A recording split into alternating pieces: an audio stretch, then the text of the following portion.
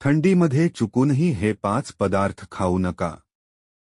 1. Ice cream आणि थंड पेय.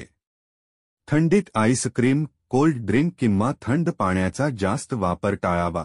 हे पदार्थ शरीराच्या तापमानाला आणखी खाली आणतात आणि सर्दी खोकल्याची शक्यता वाढते. 2. उष्णतेने कमी असलेले धान्य. थंड गुणधर्म असलेले धान्य थंडीत पचनासाठी जड होतात. त्याऐवजी नाचणी किंवा बाजारीसारखे उष्ण गुणधर्म असलेले धान्य खाल्ले पाहिजे. 3. जास्त पाणीदार फळे. थंडीत पचनशक्ती कमी असते, त्यामुळे काकडी, टरबूज, खरबूज यांसारखी फळे टाळावीत. त्यामुळे शरीरात तांडवा निर्माण होतो.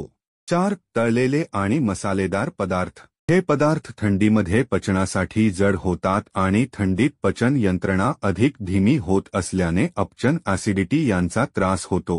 5. प्रक्रियायुक्त मांस.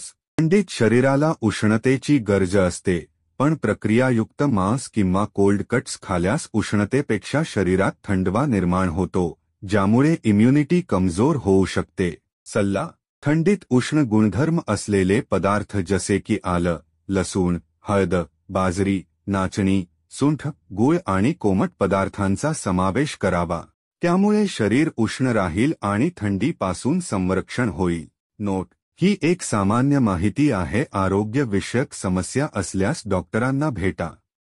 अशाच आरोग्यविषयक माहितीसाठी आरोग्य मित्र चॅनेलला सबस्क्राईब करा आणि तुमच्या विचारांसाठी कमेंट करा.